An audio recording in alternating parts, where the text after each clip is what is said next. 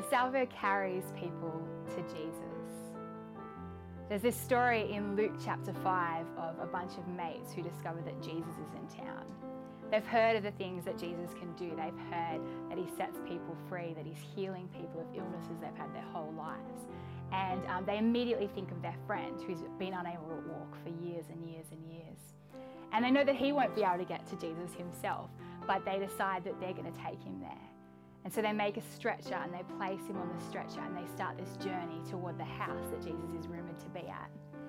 And as they're getting closer, their hands are kind of getting sweaty and their feet are getting blistery, but they don't care because they know that today is the day that their friend is going to be set free and healed. But as they get really close to the house, their hearts sink because they see that there's not tens of people, not hundreds of people, but thousands of people that have had the same idea.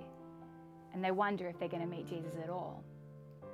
And it would have been so easy in that moment to give up and to just head home. And I imagine that it was just one of them maybe that said, you know what, this is crazy, but we could go through the roof. We could dig a hole through the roof and go down that way. And in that moment, I bet the what ifs were stacking up in their minds. Like, what if people yell at them? What if the guy who owns the house discovers that they're drilling a hole in his roof?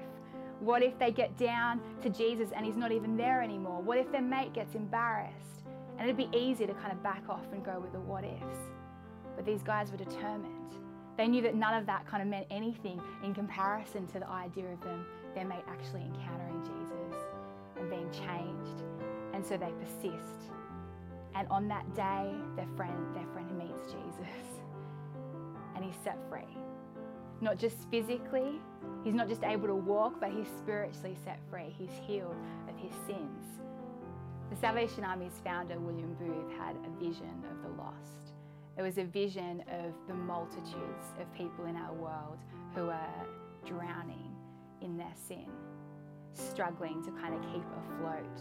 And he called on salvos to be people who go into those waters and rescue people, who carry them to the rock, who carry them to Jesus. The call to each one of us as young salvos today is the same, to be people who will go out and carry people to Jesus. And so the question before us today, I believe, is who will we carry to Jesus? Who will we text today? Who will we phone this afternoon? Who will we pray for? Who will we invite to church on Sunday? Who will we carry to Jesus?